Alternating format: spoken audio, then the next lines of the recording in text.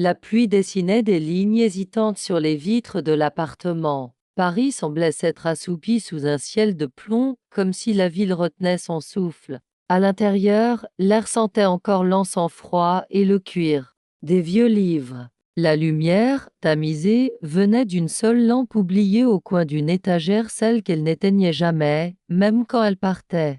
Il était là, debout, face à la fenêtre, la main encore posée sur le rideau. Ce geste, il ne savait plus s'il venait de le faire pour ouvrir ou pour refermer le monde. La ligne de ses épaules était raide, mais son regard fuyait loin, au-delà des toits, au-delà du réel. Elle n'était pas censée revenir aujourd'hui. Pourtant, chaque soir, son corps agissait comme si le parquet grinça légèrement derrière lui. Un souffle. Il se retourna, mais il n'y avait rien. Juste la trace absurde d'une attente trop longue. Elle avait ce don, même absente, elle modifiait l'espace. Il s'assit sur le bord du canapé, les doigts s'entortillant sans qu'il ne s'en rende compte. Sur la table basse, le carnet noir était resté entrouvert. Elle écrivait toujours à l'encre bleue, avec cette écriture serrée, nerveuse, presque douloureuse. Il avait promis de ne jamais le lire. Il ne l'avait jamais ouvert, mais il l'avait effleuré des yeux, souvent, comme on frôle une frontière. Elle s'appelait Clara, et elle était entrée dans sa vie comme on entre dans une pièce sans frapper, sans prévenir. C'était un mardi de novembre, il se souvenait du vent qui s'était engouffré dans la galerie, des boucles sombres sous son chapeau. Elle n'avait pas souri, elle n'en avait pas eu besoin. Il lui avait demandé si elle cherchait quelque chose en particulier. Elle avait répondu qu'elle cherchait à ne plus chercher. Il avait ri, elle non. À partir de là, il n'avait plus jamais ri de la même manière. Clara avait cette façon de regarder les gens comme si elle les devinait de l'intérieur en contournant les mots. Elle ne posait pas de questions, elle attendait qu'on parle. Et, étrangement, on parlait. On disait des choses qu'on n'avait jamais dites à personne, des choses qu'on ne pensait pas formuler un jour. Elle recueillait ça dans un silence qui semblait absorber tout ce qui était laid, inutile, bancal. Il s'appelait Adrien. Il ne savait plus depuis combien de temps il essayait d'exister avec elle, ou contre elle, car Clara ne partageait pas. Elle s'infiltrait. Elle laissait des traces sur les murs, dans les draps, sur les disques qu'elle écoutait en boucle, toujours les mêmes morceaux, toujours cette mélancolie suspendue. Il y avait entre eux une chose non dite, non formulée, mais toujours là, une tension qui ne se laissait jamais consumer, jamais achever. Cela n'avait jamais été sexuel, ou plutôt cela ne l'avait jamais été uniquement. Il y avait une forme de dépendance lente, rampante, où chaque geste, chaque retrait, devenait une blessure ou une promesse. Ils ne s'étaient jamais vraiment embrassés. Une fois, leur visage s'était approché trop près. Il avait senti l'odeur de sa peau, l'acidité légère de son parfum. Elle n'avait pas reculé. Elle n'avait pas avancé non plus. Clara aimait les marges. Les instants avant, elle avait disparu depuis 9 jours, sans message, sans mot. La dernière fois, elle avait dit « Si un jour je ne reviens pas, ne me cherche pas. C'est que je suis exactement là où je dois être. » Et maintenant, le téléphone vibrait. Un seul mot, de sa part. Ici. Il relut le message 3 fois sans bouger. Il n'y avait pas de point, pas d'explication. Juste ce mot, suspendu. Il se leva lentement, attrapa son manteau, la clé, son carnet sans vraiment y penser. Quand il descendit dans la rue, la pluie avait cessé, mais tout semblait encore lavé par elle. Il marcha sans savoir où il allait. Les pieds suivaient. Un souvenir, une trace, une sorte d'intuition animale. Il pensa à l'appartement de Montreuil, à la maison en ruine qu'elle avait voulu acheter un jour, au jardin de Marly où elle disait que l'air avait une autre couleur. Il finit par s'arrêter devant un immeuble abandonné, rue de Belleville. Le genre d'endroit qu'elle aimait, murs écaillés, escalier en colimaçon, odeur d'humidité, de solitude. Il ne savait pas pourquoi, mais son cœur battait trop vite. Elle était là, dos à lui, une robe claire, déjà installée, déjà loin, comme si elle n'était jamais partie. Elle ne se retourna pas immédiatement, juste un murmure porté par l'écho des murs vides. Tu es venu plus vite que je ne l'aurais cru. Elle se tourna enfin. Son visage avait changé. Fatigue ou éclat. Il ne sut dire. Mais quelque chose était différent. Dans ses yeux, il y avait un secret qu'elle ne voulait pas cacher, qu'elle voulait faire deviner. Adrien sentit que cette nuit serait une frontière, pas un commencement, une ligne, et qu'il la franchirait. Le silence entre eux n'avait pas le goût du malaise, mais celui d'un fil tendu qu'on n'ose plus tirer. Elle le regardait comme on jauge un reflet dans une vitre sale, avec une forme de patience cruelle, presque douce. Il ne savait pas s'il devait l'embrasser ou lui demander pourquoi. Il ne savait même pas s'il avait le droit. Clara s'éloigna lentement vers la grande pièce du fond où la lumière venait du plafond éventré. Une lueur grise tombait sur les dalles, entre les branches qui perçaient la structure. Elle marcha pieds nus, la robe effleurant à peine ses chevilles. Il y avait dans sa démarche quelque chose de trop lent, comme si elle se tenait entre deux dimensions. Un pied dans le présent, l'autre dans un lieu où lui n'était pas invité. Elle s'arrêta devant une ancienne cheminée noire de suie, posant son carnet, celui qu'il croyait toujours avec elle, sur le rebord cassé. Il reconnut la reliure abîmée, les angles pliés par l'usage. Elle le laissa là, comme un objet oublié, sans valeur ni intention. Cela lui donna une impression étrange, presque d'abandon.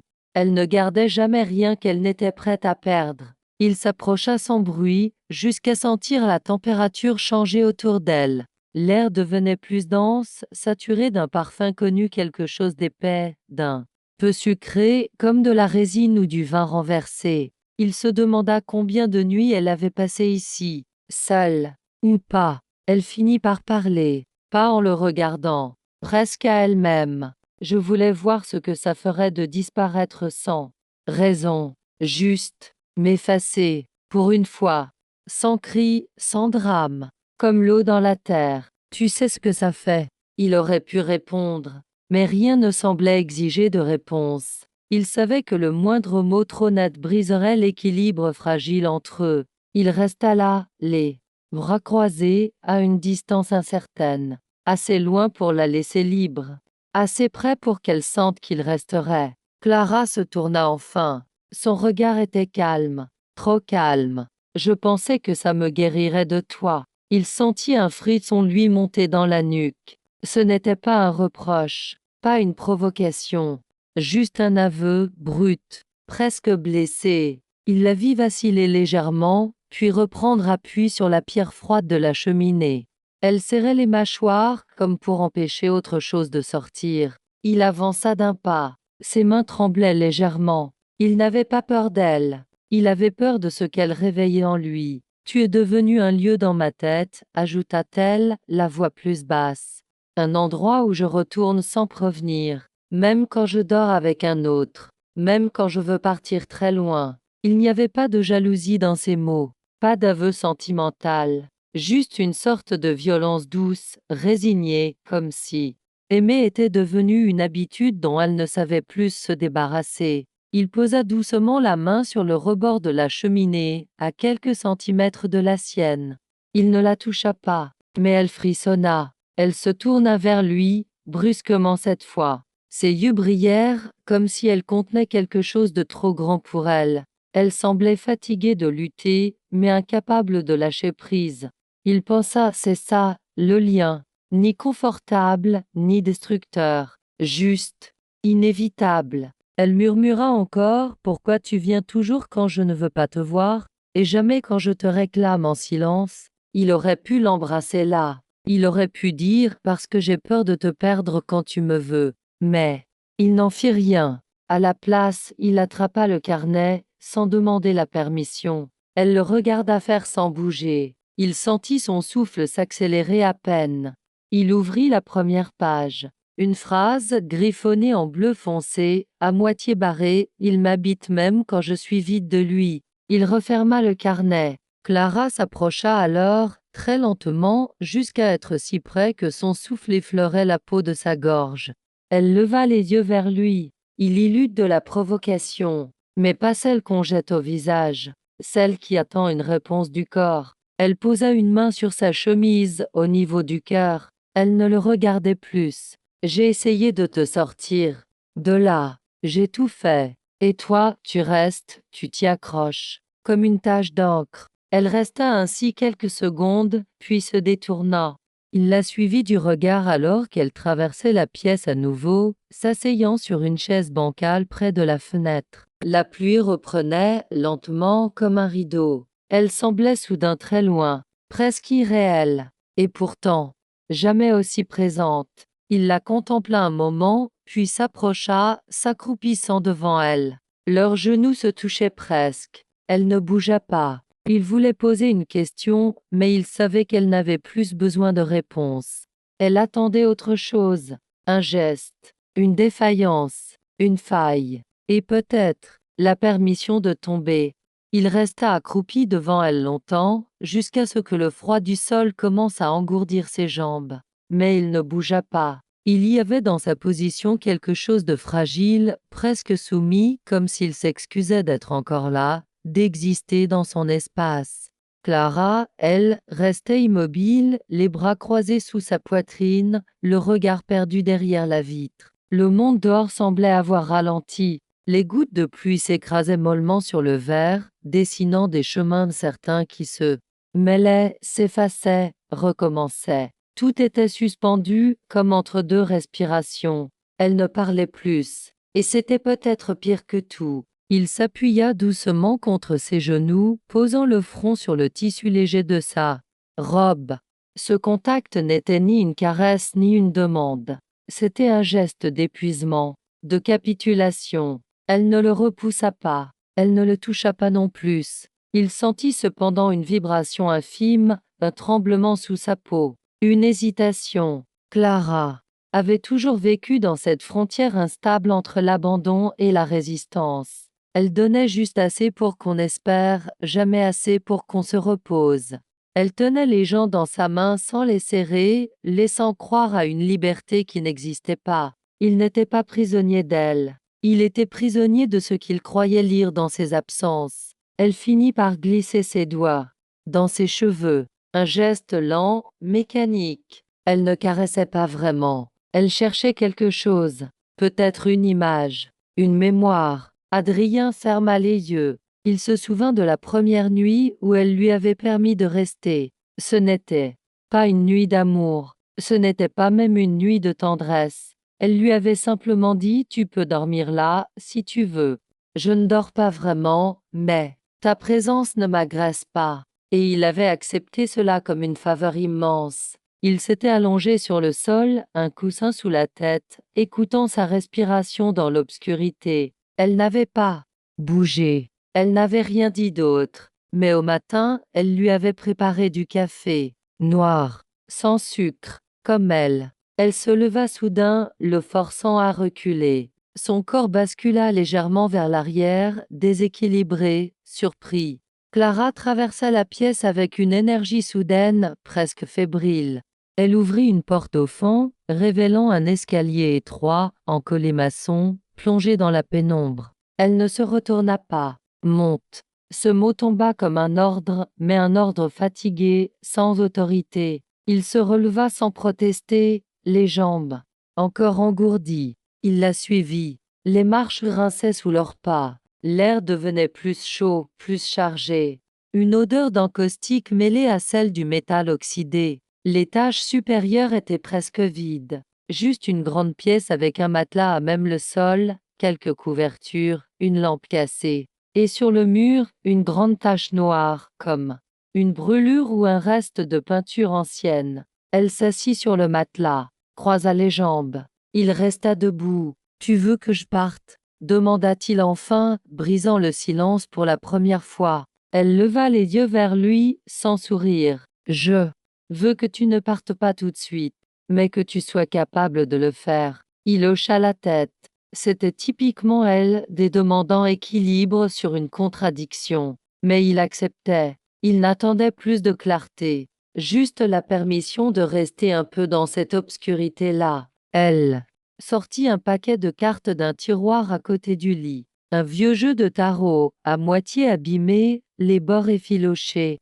Elle les mélangea lentement, posant chaque carte sur le sol avec une précision presque rituelle. Tu sais lire? Demanda-t-elle. Non. Parfait. Elle tira 3 cartes, les posa face cachée. Une pour toi, une pour moi, une pour nous. Elle retourna.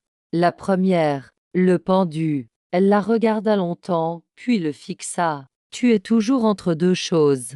Tu veux comprendre, mais tu restes suspendu. Elle retourna la sienne. La lune. Moi, je suis tout ce qui ne se dit pas. Les cauchemars, les mirages, les intuitions qu'on ne suit jamais assez loin. Elle retourna la troisième. Les amoureux, inversés. Elle ne dit rien, mais son regard se durcit à peine, comme si quelque chose en elle s'était confirmé. Adrien sentit une tension sourde, dans le creux de son ventre. Pas de la peur, pas du désir non plus, une forme de vertige. On fait semblant d'avoir le choix, dit-elle enfin. Mais en vrai, on tourne autour de la même chose, encore et encore. Elle rangea les cartes, se rallongea sur le matelas, ferma les yeux. Il ne savait pas s'il devait la rejoindre. Il resta là, à la regarder dans la pénombre. Elle semblait endormie, mais il savait qu'elle l'écoutait. Il sentait chaque battement de son propre cœur comme un bruit trop fort dans le silence. Et au bout de longues minutes, sa voix, presque éteinte, reste. Mais dors de ton côté. Il s'allongea, lentement, sans bruit, laissant un espace volontairement trop grand entre eux. Il ne savait pas s'il le faisait pour elle ou pour lui. Il se contenta de fixer le plafond, une fissure fine courant de l'angle droit jusqu'au centre, comme un fil tendu entre deux décisions jamais prises. Clara ne bougeait pas. Sa respiration s'était ralentie, mais elle n'était pas régulière. Pas encore. Elle faisait semblant de dormir, comme elle faisait semblant de ne pas attendre. Il connaissait cette fausse immobilité. Il avait dormi à côté d'elle des dizaines de fois. Il savait lire les tensions dans son dos, les contractions imperceptibles dans sa nuque. Son corps parlait toujours un peu plus qu'elle. Dehors, la pluie continuait, plus dense. Par instants, le vent faisait vibrer la vitre du vasistas au-dessus d'eux. Il y avait dans cette pièce une forme d'abandon qui n'était pas tout à fait triste, une mélancolie propre, comme une ruine entretenue. Il s'endormit finalement sans s'en rendre compte, et quand il rouvrit les yeux, il faisait encore nuit. Clara n'était plus là. Un instant, son cœur s'accéléra. Il s'assit brusquement, les sens en alerte. Mais il entendit un bruit en bas, un verre posé, une chaise déplacée. Elle n'était pas partie. Pas encore. Il descendit pieds nus, le bois froid sous ses pas. La lumière était allumée dans la grande pièce. Elle était là, assise au sol, jambes croisées, une cigarette entre les doigts, les cheveux défaits. Elle portait une chemise d'homme ouverte sur le col. Ce n'était pas la sienne. Il ne savait pas d'où elle venait. Elle leva les yeux vers lui. Pas de surprise, pas d'émotion apparente. Juste une sorte de fatigue douce dans le regard. Je n'arrive pas à dormir plus de 2 heures quand tu es là. Il s'arrêta à distance. Elle désigna une place près d'elle. Il obéit. Ils restèrent là, assis côte à côte sans se toucher, écoutant le craquement du vieux bois et le souffle du vent. La cigarette se consumait lentement entre ses doigts. Elle l'écrasa dans un pot vide, puis se tourna vers lui, ses genoux pliés contre sa poitrine. Tu crois qu'on pourrait tout arrêter?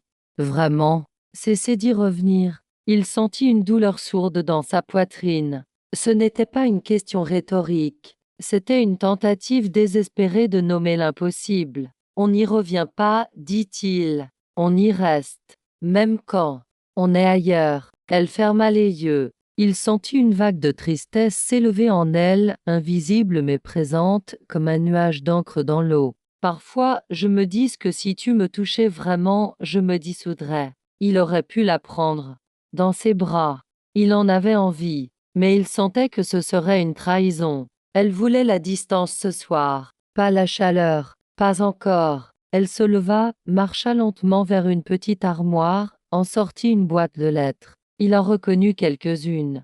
C'était lui qui les avait écrites. Elle les avait gardées. Il ne le savait pas. Elle les posa entre eux comme une offrande maladroite. Je les ai toutes relues cette semaine. Même celle où tu me mentais sans t'en rendre compte. Il ne répondit pas. Il n'avait rien à défendre. Rien à expliquer. Tu sais ce que je lis dans tes mots, maintenant? Une peur de toi-même plus grande que la peur de me perdre. Elle avait raison. Il le savait. Elle l'avait toujours su. C'était ce qui le fascinait autant que ça le détruisait, cette lucidité tranchante, cette capacité à voir clair dans ce qu'il ne se permettait même pas de penser. Il prit une des lettres, la plus ancienne. L'écriture tremblait encore. Mal assurée. Il l'avait écrite peu après leur première nuit silencieuse. À l'époque, il pensait encore pouvoir la faire changer. Il sourit tristement. Je t'aimais plus quand je croyais pouvoir te sauver, murmura-t-il. Elle le regarda, longuement. Un silence épais tomba entre eux. Puis, doucement, elle vint s'asseoir face à lui, si près que leurs genoux se touchaient. Je ne veux pas qu'on se sauve. Je veux qu'on tombe ensemble. Ou pas du tout. Il sentit le souffle de ses mots contre son visage. Il se pencha à peine, assez pour qu'elle sente le poids de sa présence, mais sans franchir la distance. Elle posa son front contre le sien, longuement, et ce fut plus intime que n'importe quel baiser. Quand elle recula, ses yeux étaient secs, mais quelque chose en elle avait cédé, une résistance, une peur, une couche. Elle se leva, tira le rideau. Tu devrais partir avant que le jour se lève. Il acquiesça, pas par résignation, par respect. C'était leur rythme. S'approcher, frôler, reculer. Il remit ses chaussures en silence. Elle ne bougea pas. Il regarda une dernière fois la pièce, la fenêtre, elle. Et au moment de passer la porte, elle murmura « Tu vas revenir, hein ?» Il ne se retourna pas. Toujours. Il ne chercha pas à la recontacter, pas le lendemain, ni les jours qui suivirent. Il sentait encore sa présence partout, dans les objets les plus neutres, dans l'eau tiède de la douche, dans le pli des draps. Le silence qu'elle laissait, après ses départs, était une matière dense, presque vivante. Il ne voulait pas la chasser, il voulait l'habiter un peu, mais elle était comme un courant sous la peau même loin, elle agissait. Il écrivait de plus en plus, sans destinataire. Dame note sur des feuilles volantes, des débuts de lettres jamais envoyées, des souvenirs qu'il tentait d'attraper avant qu'ils ne se déforment. Chaque mot qu'il posait était une tentative de reprendre le contrôle de quelque chose qu'il avait déjà perdu. Un soir, alors qu'il classait des tableaux dans la galerie, il sentit cette sensation étrange comme si quelqu'un le regardait. Il se retourna. Elle était là, pas dans l'ombre, pas dans le rêve, juste là. Debout dans la lumière chaude des spots, les bras croisés, le visage calme. Il ne dit rien, elle non plus. Elle avança lentement, observant l'étoile, frôlant les cadres du bout des doigts. Tu continues de faire semblant de vivre, demanda-t-elle sans le regarder. Il haussa à peine les épaules. Le battement de son cœur s'accéléra. C'était toujours comme ça avec elle. Une question et tout se décalait. Elle s'arrêta devant une peinture abstraite, bleue et blanche, avec une ligne noire qui traversait la toile comme une blessure verticale. Elle la fixa longtemps, puis murmura « On dirait moi, quand je t'attends trop longtemps ». Il la regarda, essayant de deviner si elle était sérieuse. Elle ne souriait pas. « Tu veux boire quelque chose ?» proposa-t-il enfin. Elle le suivit sans un mot dans l'arrière-salle. Il ouvrit une bouteille de vin, servit 2 verres. Elle s'assit sur le vieux canapé en cuir, remonta ses jambes sous elle comme elle le faisait toujours. Il s'installa à côté, mais à une distance prudente. Elle jouait avec le verre entre ses doigts, observant le liquide sombre tourner. « Tu m'as manqué d'une manière que je n'aime pas, » dit-elle. Il sentit la phrase s'enfoncer en lui, comme une vérité qu'il refusait d'admettre. Il aurait voulu lui répondre qu'elle lui manquait aussi. Mais ce n'était pas le genre de choses qu'on disait à Clara. On le vivait, on le prouvait, ou on s'en abstenait. « Tu vas encore partir ?» demanda-t-il. Elle secoua doucement la tête. « Non, pas ce soir. » Elle s'approcha un peu, posa sa main sur la sienne. La chaleur de ce contact fut presque douloureuse. Il la regarda dans les yeux. Elle y était entière, mais fragile, inquiète. « J'ai peur de ce qu'on devient quand on reste trop longtemps ensemble, » avoua-t-elle. « Et moi de ce qu'on devient quand on s'éloigne trop souvent. » Ils restèrent ainsi, les mains jointes, dans un équilibre précaire. ni amant, ni étranger, quelque chose entre l'intime et le clandestin. Clara se pencha soudain vers lui. Leur visage était si proche qu'il pouvait sentir la texture de son souffle. Mais elle s'arrêta à quelques centimètres. Comme toujours, si je t'embrasse, tu me croiras. Il ne répondit pas, et elle ne l'embrassa pas. Clara se leva lentement comme si l'espace entre eux était devenu trop étroit, trop chargé pour qu'elle y respire encore. Elle traverse la pièce sans se presser, s'arrête devant un miroir ancien posé contre le mur. Elle regarde son reflet avec cette expression étrange qu'il lui connaît, ni narcissique, ni distante, comme si elle cherchait à savoir si elle est encore là, si elle n'a pas disparu d'elle-même. Adrien l'observe. Elle est belle, bien sûr, mais pas d'une beauté qui rassure. Elle est de celles qu'on admire à distance, qu'on approche avec prudence, comme un feu qu'on croit éteint mais qui garde des braises sous la cendre. Il la désire mais pas de ce désir simple et animal. Il la désire dans ses absences, dans ses fuites, dans les zones qu'elle ne lui laisse pas voir. Elle se retourne, croise son regard. Tu me regardes comme si tu ne savais pas si j'étais vrai ou non. Il se lève à son tour, s'approche doucement. Tu n'es jamais tout à fait là, Clara. Elle incline la tête, un sourire mince glissant à peine sur ses lèvres. Et toi, tu n'es jamais tout à fait ailleurs. C'est pour ça que c'est dangereux. Ils sont maintenant face à face, à quelques centimètres. Les mots deviennent inutiles. Il lève une main, effleure sa joue du bout des doigts. Elle ferme les yeux, juste une seconde. Elle ne recule pas. Mais, elle ne bouge pas non plus. Le moment s'étire. Puis elle s'éloigne d'un pas, attrape son manteau posé sur le dossier d'une chaise. Viens avec moi. Il ne demande pas où. Il la suit. Dehors, la nuit est tombée complètement. La ville semble plus calme, comme si elle savait qu'il ne fallait pas trop de bruit entre eux. Ils marchent sans parler, leurs pas se répondant sur le trottoir. Ils prennent un bus presque vide, s'assoient au fond. Clara regarde dehors. Adrien regarde Clara. Le bus les mène jusqu'à la périphérie, là où la ville devient autre chose, un entrelac de routes, de lumières sales, de bâtiments oubliés. Ils descendent devant une résidence aux murs décrépits, presque vide. Elle entre par une porte dérobée, monte les escaliers sans attendre. Adrien la suit toujours, docile, fasciné. L'appartement est petit, presque nu. Quelques meubles, un matelas au sol, des rideaux lourds. Une odeur de cire froide et de linge propre. Clara referme la porte derrière eux, se tourne vers lui. Son regard a changé. Moins d'arrogance, plus de fatigue, ou de désir, ou les deux. J'ai loué cet endroit pour ne pas penser à toi. Elle pose les clés sur la table, retire son manteau. Il reste planté là, sans savoir s'il doit s'asseoir, s'approcher, partir. Elle avance vers lui. Cette fois, c'est elle qui l'effleure. Le col de sa chemise, sa clavicule, le creux de son bras. Et j'ai passé chaque nuit ici à attendre que tu viennes. Le cœur d'Adrien se serre. Il sent le piège, pas celui d'une femme,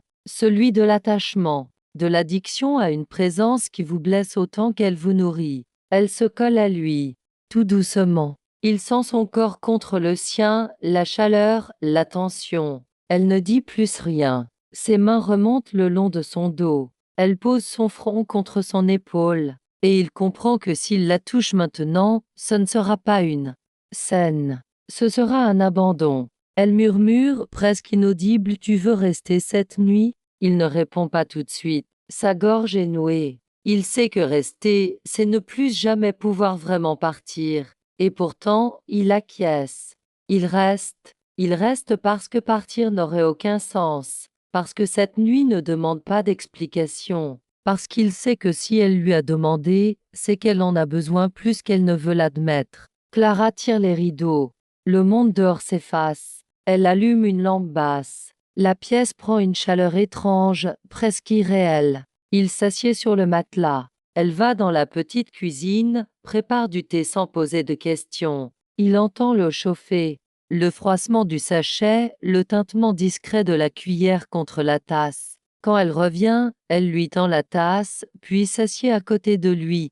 Pas tout à fait contre, pas tout à fait loin. Le silence entre eux est plein, douloureux, mais pas pesant. Tu crois qu'on devient ce qu'on n'a pas su dire? Demande-t-elle soudain, sans le regarder. Il pense, puis murmure: je crois qu'on devient ce qu'on n'a pas su fuir. Elle acquiesce doucement, comme si la réponse lui faisait mal mais tombait juste. Elle pose sa tasse, se tourne vers lui. Quand j'étais petite, j'avais une boîte sous mon lit. Dedans, je mettais tout ce que je ne voulais pas qu'on voie. Dame choses cassées, dame lettres que je n'osais pas lire, dame morceaux de souvenirs. Je crois que tu es devenue cette boîte. Il baisse les yeux, ne sait pas quoi dire. C'est peut-être le plus bel aveu qu'elle ait jamais formulé, et le plus triste aussi. Elle tend la main, effleure la sienne. Il la prend. Le contact est léger, presque prudent, mais elle ne le retire pas. Je sais pas aimer autrement, murmure-t-elle. J'ai peur de la tendresse. Elle me rend vulnérable. Il serre sa main un peu plus fort. Il ne promet rien. Il ne rassure pas. Il est juste là. Et c'est déjà beaucoup. Elle se penche, pousse sa tête contre son épaule. Il sent le poids de son corps se détendre peu à peu. Un relâchement rare, presque sacré. Il reste ainsi longtemps, sans parler. Et, plus tard, quand elle finit par s'endormir contre lui, il reste éveillé, à la regarder respirer, à sentir son parfum dans les plis du drap, à écouter ses silences même dans le sommeil, parce qu'il sait qu'au matin, elle pourrait ne plus être là, et que, malgré tout, il resterait. Le matin se leva sans éclat.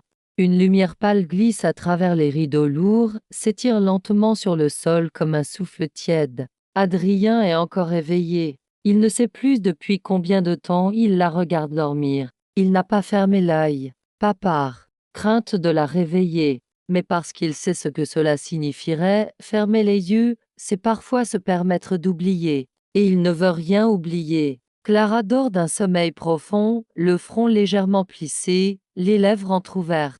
Une mèche de cheveux colle à sa joue. Elle semble plus jeune ainsi, moins tranchante, presque fragile. Il la voit respirer lentement, comme si chaque inspiration était négociée avec le monde. Elle remue légèrement. Un soupir. Il pense qu'elle va ouvrir les yeux. Mais non. Elle reste dans cette zone d'ombre entre deux états. Il reste immobile, le dos contre le mur, les jambes étendues sur le matelas. Le silence est épais, habité, comme une chambre close où les souvenirs se regardent. Il se souvient du premier matin où il s'est réveillé à côté d'elle. Il n'y avait pas eu de geste tendre, pas de café, pas de promesse, juste un regard. Et cette phrase: tu respires trop fort, c'est troublant. Il avait ri. Elle non. Elle n'avait jamais ri à ses réactions. Elle n'avait jamais voulu le rassurer non plus. Clara n'était pas là pour le confort. Elle était là pour exposer,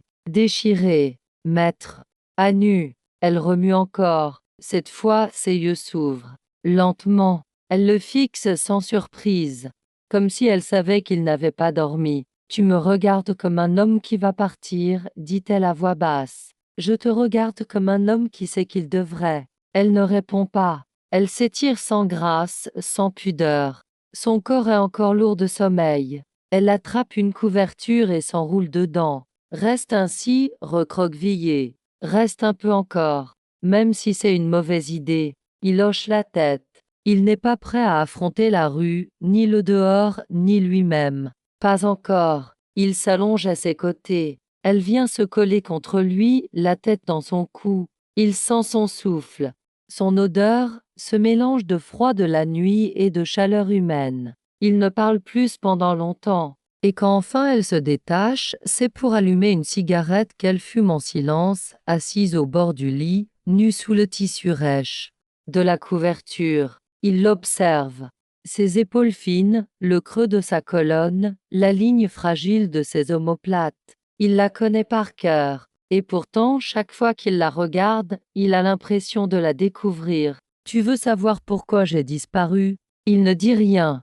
Il attend. Je suis allé voir mon père. Il est malade. Il va mourir. Et je ne savais pas si je voulais qu'il me voie ou qu'il m'oublie. La phrase tombe comme un verre qui se brise. Elle ne l'a jamais mentionné, jamais évoqué. son passé ni sa famille. Toujours dans l'évitement, la diversion. Il ne m'a pas reconnu tout de suite. Il pensait que j'étais une infirmière. Il m'a demandé un verre d'eau, et j'ai pleuré, pour la première fois depuis des années. Pas à cause de lui, à cause de moi. Elle se tourne vers Adrien. Ses yeux sont calmes, mais humides. Je me suis dit que peut-être, toi aussi, tu m'oublierais, si je partais assez longtemps. Il se redresse, s'approche, prend doucement sa main. Elle la laisse dans la sienne, inerte, mais présente. Je t'ai oublié, dit-il. Une fois, 2 minutes, et j'ai eu peur. Elle sourit faiblement. Tu me veux encore? Il ferme les yeux, inspire. Je ne sais pas si je te veux. Je sais que je ne sais plus vivre sans cette absence que tu laisses quand tu pars. Elle vient s'asseoir sur lui, à califourchon, la couverture glissant sur ses hanches. Leurs visages se frôlent. Elle pose ses mains sur sa poitrine, sans son cœur battre. C'est dangereux ce qu'on fait, murmure-t-elle. Je sais, mais tu restes. Il hoche la tête. Elle s'approche encore. Ses lèvres touchent les siennes sans vraiment l'embrasser. Juste un effleurement, comme une brûlure légère. On pourrait se détruire, toi et moi. Peut-être qu'on le fait déjà. Il reste ainsi, suspendu, corps à corps, sans bouger. Tout est là, le désir, la peur, l'amour malade, la tendresse enroulée dans des gestes trop violents pour être doux. Puis elle se lève, va dans la cuisine, prépare du café. Il la suit, s'appuie contre la porte, la regarde comme un homme qui sait qu'il pourrait tout perdre à tout moment. Et maintenant? Demande-t-il. Elle sert 2 tasses, en pose une devant lui, le regarde. Maintenant, on vit la journée. Et demain, je ne promets rien. Il sourit. Il n'attendait pas autre chose. C'est le plus qu'elle puisse offrir. Et c'est déjà trop. Clara s'était recroquevillée dans un coin du canapé, jambes ramenées contre sa poitrine, les bras autour. Le café refroidissait lentement entre ses doigts. Elle le buvait à petites gorgées mécaniques, le regard perdu quelque part entre les murs. Adrien, assis en face d'elle sur un coussin posé au sol, observait chaque détail. Il savait qu'elle allait parler. Ce silence-là, il le connaissait. C'était celui d'avant. Avant les mots qui blessent ou qui révèlent. Elle finit par lever les yeux. Tu sais à quel moment j'ai commencé à avoir peur de toi? Il secoua doucement la tête. Ce n'était pas une question qu'il voulait entendre. Mais il resta. C'est quand j'ai vu que tu étais capable d'attendre, sans exigence, sans colère, comme si mon absence ne t'abîmait pas, comme si tu savais qu'elle faisait partie de moi. Il inspira lentement, retenant la réponse qui montait. Elle n'avait pas besoin de ses justifications. Elle cherchait sa propre vérité, pas la sienne. Et toi, tu as su peur de moi à quel moment? Il réfléchit, longuement, puis répondit quand j'ai compris que je ne te voulais pas entière. Juste, là. Elle esquissa un sourire, un de ces sourires lents, tristes, qui disent plus que les larmes. Le genre de sourire qu'on garde pour les moments où l'on se reconnaît dans la douleur de l'autre. Il se leva, fit quelques pas dans l'appartement. Il avait besoin de mouvement, de rythme. Le silence devenait trop dense. Il effleurait les objets sur les étagères, les livres sans titre, les cadres vides. Une vie entière en esquisse. Tu n'as jamais voulu que je m'installe ici, hein? Elle haussa les épaules, déposa sa tasse sur la table basse. J'ai peur que tu prennes toute la place. Et moi, j'ai peur de ne jamais en avoir. Ils se regardèrent longuement. Quelque chose venait de glisser. Une fissure dans leur équilibre tacite. Il y avait plus de jeu, plus de code. Juste 2 êtres nus, désarmés, incapables de fuir leur propre manque. Elle se leva à son tour, s'approcha lentement. Ses bras s'enroulèrent autour de lui. Une étreinte simple, une demande sans mots. Il la serra fort, trop fort peut-être. Elle enfouit son visage dans son cou. Il sentit ses larmes contre sa peau. Ce n'était pas une crise, pas une chute, juste une fatigue ancienne, trop longtemps contenue. Elle murmura contre lui, tu pourrais me dire de rester, de ne plus partir. Tu ne m'écouterais pas. Non. Ils restèrent ainsi longtemps, les cœurs battant à l'unisson. Puis elle se détacha, lui tourna le dos, et ouvrit la fenêtre. L'air frais entra, balayant l'odeur du café et de la nuit. Elle respira profondément. On part quelques jours, demanda-t-elle. Il cligna des yeux. Où? Loin d'ici. De tout. Juste toi et moi. Dans un endroit qui ne nous connaît pas. Il n'avait pas besoin d'y réfléchir. Il voulait ce vide, ce recommencement. D'accord. Elle se retourna, les yeux brillants. Ce n'était pas une joie, c'était un soulagement. Ils préparèrent quelques affaires. Peu. Elle voyageait toujours léger, comme si l'attachement aux choses ralentissait la fuite. Ils prirent un train au hasard, direction le sud. Dans le wagon, elle posa sa tête sur son épaule, sans un mot. Il sentit son corps se détendre enfin. Le paysage défilait derrière la vitre, flou, liquide, comme leur passé. Il ferma les yeux, la main dans la sienne. Ils descendirent dans une ville sans nom. Dames ruelles pavées, des façades pâles, une lumière dorée malgré la saison. Elle trouva une petite chambre d'hôtel au dernier étage, sous les toits, vue sur les clochers. Il y avait une baignoire ancienne, un lit étroit, et une odeur de bois ciré. Elle ouvrit les volets. Le vent s'engouffra, soulevant ses cheveux. Elle se tourna vers lui. Ici, on pourrait être autre, ou les mêmes, mais en paix. Elle sourit. Ils passèrent la journée à marcher, à s'inventer des noms, à deviner les histoires des passants. Elle riait parfois. Ils n'avaient pas entendu ce son depuis des mois. Le soir venu, ils dînèrent dans un restaurant vide, à la lumière des bougies. Elle tenait son verre de vin comme un secret, le regardait à travers la vapeur du plat. Tu veux que je sois qui, Adrien? Il posa sa fourchette, chercha ses mots. Quelqu'un qui ne part pas quand je m'endors. Elle hocha la tête. Ce n'était pas une promesse, mais c'était une écoute. De retour à l'hôtel, elle s'allongea sans se déshabiller. Lui non plus. Ils restèrent enlacés dans le noir, le souffle lent, les mains entrelacées. Je ne sais pas où on va, murmura-t-elle. Moi non plus.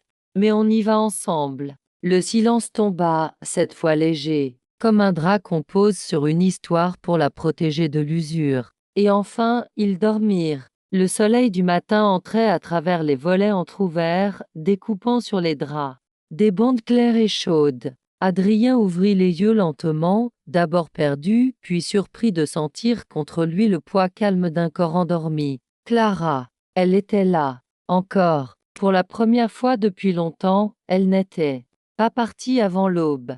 Elle respirait profondément, une main posée sur sa poitrine, le front frôlant son épaule. Il n'osa pas bouger. Chaque seconde de cette proximité lui paraissait fragile, comme un équilibre que le moindre geste pourrait rompre. Il regarda le plafond, la texture irrégulière, les taches d'humidité, la lumière douce qui vibrait légèrement. Tout paraissait irréel, comme s'ils avaient glissé hors du monde dans une parenthèse secrète, quelque part entre deux vérités. Clara remua légèrement, un soupir au bord des lèvres. Elle ne s'éveilla pas tout à fait, mais il sentit dans son corps une tension qui revenait doucement. Une conscience, une mémoire. Il ferma les yeux à nouveau, se concentra sur sa chaleur, sur son odeur, ce mélange de linge propre, de tabac froid et de quelque chose de plus profond, de plus intime, qui ne ressemblait à rien d'autre. Elle finit par ouvrir les yeux, lentement. Son regard se posa sur lui avec une forme de surprise douce, comme si elle s'étonnait de le voir encore là et en même temps s'y attendait. Tu dors les yeux ouverts maintenant? Il sourit. Seulement quand je rêve éveillé. Elle étira les bras, les jambes, s'étendit entièrement sur le matelas, paresseuse. On est où déjà? Je crois qu'on s'est inventé un endroit où le monde ne nous trouve pas. Elle tourna la tête vers lui, un éclat de lumière dans les yeux. Et toi, tu penses qu'on peut vivre hors du monde combien de temps? Autant qu'il le faudra. Elle se redressa, s'asseyant sur le bord du lit. Elle portait une chemise qu'elle avait volée à Adrien, nouée à la taille. Elle attrapa son téléphone écran noir. Pas de message, pas de nouvelles. Elle le reposa, presque soulagée. Je me sens en exil, dit-elle. Mais pour la première fois, je ne veux pas rentrer. Ils passèrent la matinée à marcher dans les rues de cette ville sans nom, flânant dans les ruelles, s'arrêtant pour regarder les gens, les chats endormis sur les murets, les vieilles enseignes peintes à la main. Ils ne parlaient presque pas. Mais tout dans leurs gestes disait une entente silencieuse, un accord tacite. À midi, ils s'installèrent dans un petit parc désert, à l'ombre d'un arbre noueux. Clara mangeait un croissant, les cheveux relevés en désordre. Adrien là. Regardait comme on regarde quelque chose qu'on s'est déjà perdu. Non pas à cause d'elle, mais à cause du temps. Tu t'es déjà demandé ce qu'on emporte vraiment quand on part? Demanda-t-elle. Ce qu'on a refusé d'abandonner. Et ce qu'on n'a pas osé dire. Elle prit une photo de lui avec son vieux appareil argentique. Pas un téléphone. Un appareil à pellicule. Il sourit, surpris. Pour ne pas t'oublier. Quand tu ne seras plus là, dit-elle simplement. Elle n'avait pas changé. Toujours cette lucidité crue. Toujours cette façon de couper les élans avec une vérité trop grande. Ils rentrèrent à l'hôtel en fin d'après-midi. Le ciel virait au rose, les ombres s'allongeaient sur les toits.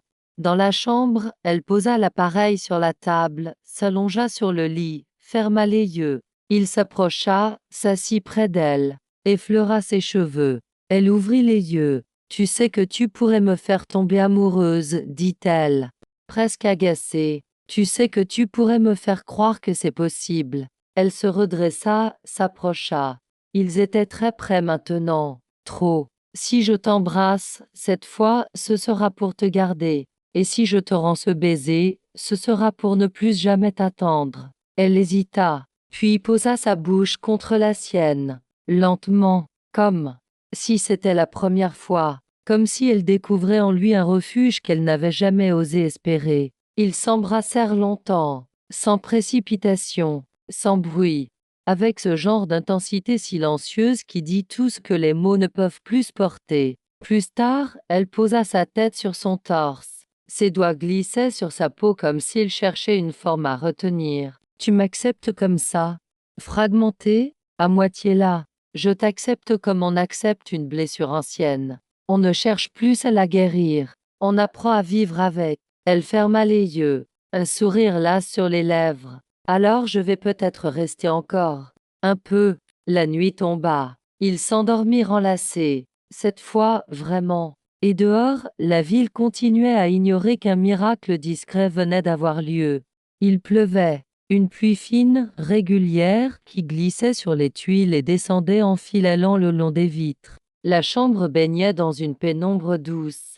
Adrien, éveillé depuis l'aube, observait Clara dormir, encore levée contre lui. Il n'osait plus fermer les yeux, comme si le sommeil pouvait effacer ce moment. Elle avait un bras passé autour de sa taille, son souffle tiède contre sa gorge. Il avait perdu la notion du temps. Cela faisait combien de jours qu'il était ici? 3, 4, peut-être plus. La ville n'avait pas changé, mais lui, si, elle aussi, un peu. Clara ouvrit les yeux sans bouger. Elle resta immobile un moment, juste assez pour que la conscience revienne lentement. Puis elle murmura, « On devrait partir bientôt. » Il ne répondit pas. Il avait toujours su que ce moment viendrait. Ce n'était pas une question. C'était une phrase frontière, une ouverture vers une décision qu'elle avait déjà prise. Elle se redressa, s'étira, se leva pieds nus. La chemise d'Adrien glissa sur ses cuisses alors qu'elle marchait vers la petite salle de bain. Il l'entendit ouvrir le robinet, l'eau coulait. Il resta là, les yeux ouverts, les bras le long du corps, respirant lentement. Quand elle revint, elle avait attaché ses cheveux, mis une robe légère, trop fine pour la saison. Elle s'approcha, s'assit au bord du lit. « Tu penses qu'on a réussi à s'oublier, un peu ?» demanda-t-elle. « Non. Mais on s'est mieux regardé. » Elle sourit, un sourire qui trahissait une émotion retenue. Elle se pencha, l'embrassa. Sur la joue. On ne peut pas vivre dans les parenthèses éternellement. Ils firent leurs valises sans se presser. Peu de choses à ranger. Ils avaient vécu dans cet endroit comme on habite un rêve sans s'accrocher, dans le train du retour. Ils ne parlèrent presque pas. Elle tenait sa main dans la sienne, ses doigts jouant doucement entre les siens. Mais ses yeux restaient fixés au-delà du paysage. Elle était déjà ailleurs. De retour à Paris, tout semblait plus bruyant, plus rapide, comme si la ville elle-même refusait de reconnaître leur absence. Dans la rue, ils s'arrêtèrent un instant. « Tu veux rentrer chez toi » demanda-t-il. Elle secoua la tête. « Pas encore. » Il l'emmena chez lui. Un appartement en hauteur, calme, rempli de livres, de toiles, d'objets qu'il avait collectionnés. Presque inconsciemment au fil des années, elle marcha lentement, toucha chaque chose du bout des doigts. Elle s'arrêta devant une photo. 2 silhouettes sur une plage. Il détourna les yeux. C'était elle. Il hocha la tête. Elle est partie comment? En laissant une lettre. 3 phrases. Pas d'explication. Clara s'approcha, le regarda avec douceur. Tu aimes les femmes qui partent, Adrien. Il sourit sans joie. Je crois surtout que je ne sais aimer que dans l'absence. Elle posa la photo face contre le meuble. Moi non plus, je ne reste jamais. Cette nuit-là, elle dormit contre lui, sans parler. Et au matin, elle n'était pas partie. Il en fut presque déçu, ou soulagé. Il ne savait plus. Les jours suivants se succédèrent, lents, pleins de petits gestes simples. Elle écrivait à la fenêtre, il lisait près du canapé. Parfois, elle riait. Parfois, elle s'éloignait sans prévenir, revenait quelques heures plus tard. Il ne posait pas de questions. Elle n'en attendait pas. Mais quelque chose avait changé. Une tension discrète, comme un écho sourd, lointain. Un soir, il la trouva devant son carnet noir. Elle écrivait vite, avec cette rage tranquille qu'il lui connaissait. Quand elle le vit, elle referma brusquement. « Tu veux savoir ce que j'écris » Il hésita. « Pas si tu ne veux pas me le dire. » Elle lui tendit le carnet. Lisse. Il ouvrit à une page au hasard. Une phrase encerclée plusieurs fois « J'ai peur qu'il me voie vraiment. » Il referma, la regarda. Elle semblait fragile soudain, comme si le fait de lui offrir ce fragment la mettait en péril. « Je te vois, Clara. Je te vois depuis le premier jour. » Elle secoua la tête. « Non, tu vois ce que tu veux aimer.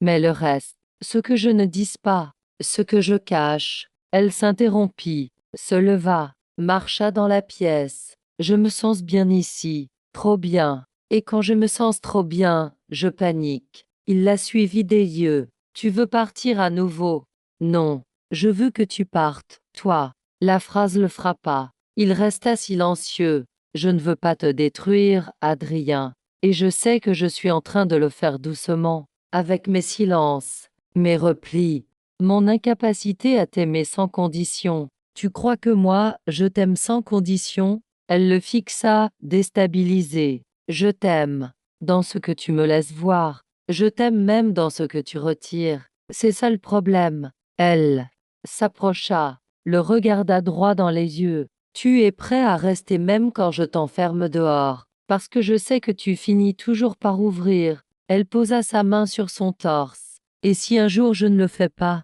alors je resterai de l'autre côté, pas par obsession, par respect. » Elle ferma les yeux. Un frisson lui parcourut le dos. Il l'enlaça. Cette étreinte n'était pas une promesse, c'était une acceptation. « On a besoin d'un code, » murmura-t-elle. « Un code, un mot, juste un, pour dire je suis au bord. » Quel mot? Elle réfléchit, puis dit, presque comme une évidence, « brume. » Il sourit. « Parfait. » Ils restèrent ainsi, enlacés, les corps pressés l'un contre l'autre, le souffle mêlé. Et pour la première fois, aucun d'eux ne pensa à demain. Clara regardait.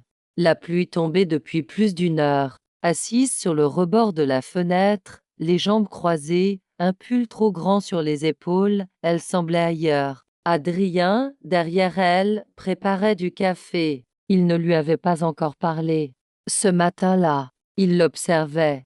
Ses mouvements étaient plus lents, plus lourds. Elle n'avait presque rien mangé la veille. Il savait que quelque chose travaillait en elle, en silence. Elle finit par se tourner légèrement, les yeux cernés mais calmes. « Tu m'écoutes, même quand je dis rien. » Il posa 2 tasses sur la table. « C'est parce que ton silence fait plus de bruit que tes mots. » Elle vint s'asseoir, but une gorgée. « Tu crois que l'amour peut exister sans quotidien ?»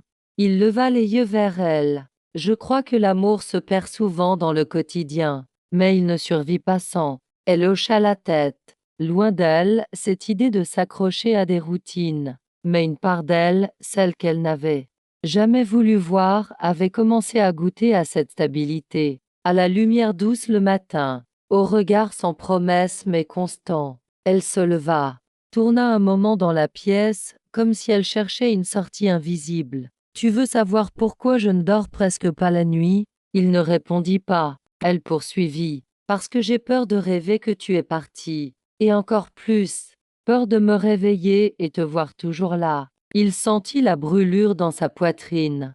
Il s'approcha, tendit la main. Elle recula d'un pas. « Tu ne peux pas me réparer. Je ne veux pas. Je veux juste rester là pendant que tu te recouds. » Elle trembla légèrement, puis s'approcha. Il posa sa main contre sa joue. Elle ferma les yeux. « Parfois, j'ai envie de me perdre en toi, juste pour voir si je pourrais en ressortir vivante. Et parfois, j'ai envie de t'aimer si fort que tu n'aurais plus d'excuses pour t'enfuir. » Ils restèrent là, à se frôler du regard, sans s'embrasser, sans se toucher davantage. Ce qu'ils vivaient ne tenait pas à la chair, cela vivait dans l'espace entre deux respirations. Clara attrapa son carnet, le feuilleta, détacha une page, la lui tendit. « C'est pour quand je partirai sans prévenir. Il lutte s'il te manque quelque chose, c'est que je suis encore là. » Elle n'ajouta rien. Elle s'allongea sur le canapé, ferma les yeux. Il resta debout, incapable de lire autre chose que cette ligne. Le soir, elle proposa de sortir. Ils marchèrent longtemps, sans but. Au détour d'une rue, elle l'embrassa soudain, contre un mur, sous la pluie. Ce fut brutal, presque fiévreux. Puis elle recula, la respiration courte. « Si je t'embrasse comme ça, c'est pour ne pas crier. » Il ne répondit pas. Il se contenta de prendre sa main, froide, tremblante. Ils rentrèrent tard. Elle s'endormit presque immédiatement. Il resta éveillé. La nuit semblait figée, étale. À un moment, elle se redressa en sursaut. « Brume, dit-elle. Juste ce mot. » Il l'enlaça. Elle s'apaisa contre lui, sans parler. Ils ne dormirent pas. Ils veillèrent l'un sur l'autre, dans le noir, sans rien promettre, et sans rien fuir. Clara n'avait rien dit ce matin-là. Elle s'était levée, avait pris une douche trop longue, s'était habillée lentement. Adrien l'avait regardée faire, sans intervenir. Il avait appris à reconnaître ces gestes-là, ceux qui préparaient un départ. Elle ne l'évitait pas, elle ne se refermait pas, mais elle se détachait doucement, comme une ombre qui glisse contre les murs. Il prépara du café. Elle ne le toucha pas. « Je dois partir, dit-elle enfin. » Il acquiesça. Ce n'était pas une surprise, mais ça restait une douleur. « Tu reviendras. » Elle haussa les épaules. « Je ne sais pas. Je crois que j'ai dépassé le point de retour. » Il voulait lui demander ce que ça voulait dire, exactement. Il ne le fit pas. Il savait qu'elle ne savait pas elle-même. Elle posa un sac près de la porte. Juste un, léger. Comme toujours, elle s'approcha, le regarda longtemps. « Tu ne m'as jamais demandé de rester. Tu m'as toujours demandé de ne pas le faire. » Elle sourit, triste. Ses doigts frôlèrent son visage. « Tu es la seule chose que j'aurais voulu garder. Mais je ne sais pas comment on garde ce qu'on aime sans l'abîmer. » Elle l'embrassa. Pas vite, pas lentement, juste assez pour que ça reste. Puis elle sortit. La porte se referma doucement. Adrien resta là, debout, sans bouger. Le silence était revenu, le vrai, celui qui ne parle plus de rien, celui qui n'attend rien. Les jours passèrent, il ne chercha pas à la contacter. Il travaillait, dormait peu. Il relisait ses anciennes lettres, ses notes, ses traces. Il ne voulait pas la chasser. Il voulait juste comprendre comment on continue. Une nuit, il rêva d'elle. Elle marchait dans un champ. Le vent emportait ses cheveux. Elle ne se retournait pas, mais il sentait qu'elle savait qu'il la suivait. Quand il se réveilla, son corps était froid, mais son cœur calme. Un matin, une lettre arriva. Papier blanc, écriture bleue. Pas d'adresse, juste son prénom sur l'enveloppe. Il l'ouvrit. « Je suis parti pour ne pas te faire partir. Je suis parti pour que tu restes entier. Tu n'as rien fait de mal. Tu m'as regardé, tu m'as porté, et je t'ai laissé me briser un peu comme je me brise moi-même. Si je ne reviens pas, c'est que j'ai trouvé un endroit où la brume ne me cache plus. Je t'aime, mais je ne sais pas vivre dans ce mot-là. C'est. Il resta assis longtemps, la lettre entre les doigts. Puis il alla à la fenêtre. Il faisait beau. La lumière était douce. Il ouvrit grand. L'air entra. Il pensa, elle reviendra. Peut-être, ou pas, mais je ne suis plus au bord. Et il recommença à vivre. Le printemps était revenu. Paris avait changé de peau. Les rues respiraient à nouveau, les terrasses débordaient, les arbres offraient leur légèreté sans pudeur. Adrien marchait dans la ville comme on traverse un souvenir avec précaution, mais sans peur. Clara n'était plus là depuis plus de 2 mois. Elle n'avait pas donné d'autres nouvelles depuis la lettre. Et pourtant, elle était partout, dans le silence entre deux conversations, dans la lumière inclinée sur une vitrine, dans l'ombre portée d'une femme aux cheveux relevés. Il ne la cherchait plus, mais il la reconnaissait, par éclat, en tout. Il avait recommencé à peindre, à écrire aussi. Il remplissait des carnets entiers sans savoir ce qu'il en ferait. Ce n'était pas pour elle, ce n'était même plus pour lui. C'était pour que quelque chose reste en mouvement. Un jour, il entra dans une librairie qu'ils avaient visitée ensemble. Il ne l'avait pas prévu. C'était presque un réflexe, une fuite douce. La libraire le reconnut. Elle lui tendit un petit paquet. Elle m'a demandé de vous le remettre si vous repassiez. Il sentit son cœur s'arrêter un instant. Le paquet était léger, un carnet noir, comme celui qu'elle gardait toujours sur elle. Il l'ouvrit sur place. Une seule page remplie, le reste vide. Si tu lis ça, c'est que je n'ai pas pu revenir, ou pas su. Ce n'est pas une absence, c'est une ligne de fuite. Tu étais l'endroit. Moi, j'étais le passage. Merci d'avoir été le seul endroit qui ne me retenait pas. C'est. Il referma le carnet, le garda contre lui. Il n'avait pas envie de pleurer, ni de comprendre. Il avait juste envie de marcher encore un peu dans cette ville qu'elle lui avait rendue supportable. Les jours glissaient. Il devenait autre, plus lent, plus clair. Il ne guérissait pas. Il se transformait. Et puis, un soir, en rentrant chez lui, il trouva une silhouette assise sur les marches. Clara. Ses cheveux plus longs, son corps plus mince, son regard exactement le même. Il s'arrêta à quelques mètres. J'ai pas frappé. Je savais pas si j'avais encore le droit. Il ne dit rien. Elle se leva. Je suis pas venue pour rester. Je suis venue pour dire que je vais bien. Enfin, un peu mieux. Il s'approcha, lentement. Et moi, tu veux savoir si je vais bien? Elle sourit. Je le vois. Ils se regardèrent longuement. Aucune urgence, aucun drame. Tu veux monter? Demanda-t-il. Elle hésita. Je veux juste un thé. Et peut-être, te regarder encore un peu. Il ouvrit la porte. Elle entra. Pas comme une revenante, comme une possibilité. Ils étaient assis l'un en face de l'autre, les mains autour d'une tasse, sans rien dire. La lumière de fin d'après-midi entrait par la fenêtre ouverte. Clara avait ôté ses chaussures. Ses pieds nus touchaient le tapis. Elle regardait Adrien comme on regarde quelqu'un qu'on a déjà quitté 1000 fois et qui est pourtant encore là. J'ai rêvé de toi cette nuit, murmura-t-elle. Et moi, je ne rêve plus depuis que tu es parti. Elle hocha la tête, accepta la phrase. Elle ne la prit pas comme un reproche, mais comme une reconnaissance. Il n'y avait plus de rancune. Juste deux corps fatigués d'avoir trop voulu se fuir sans jamais cesser de s'appartenir. Tu veux que je reste? Il posa sa tasse, la regarda droit dans les yeux. Je ne te veux plus en morceaux. Reste si c'est toi entière. Sinon, reviens quand tu le seras. Clara ferma les yeux, longuement. Puis elle se leva, fit quelques pas dans la pièce. Je suis encore fendue, mais je ne me brise plus. Il se leva aussi. Ils se retrouvèrent à distance. Ils se regardèrent comme la première fois, avec cette retenue, cette fascination, ce désir de se dire sans s'effondrer. On pourrait tout recommencer, dit-elle, ou juste continuer autrement. Elle sourit. Tu sais que je n'ai jamais aimé personne comme toi. Moi, je sais. Seulement que je n'ai jamais été autant moi qu'avec toi. Elle s'approcha. Leurs fronts se touchèrent, pas leurs lèvres. Ce n'était pas un baiser qu'ils se devaient. C'était un instant, un accord, une trêve. Tu as peur? Chuchota-t-elle. Toujours. Moi aussi. Ils s'assirent ensemble, au sol.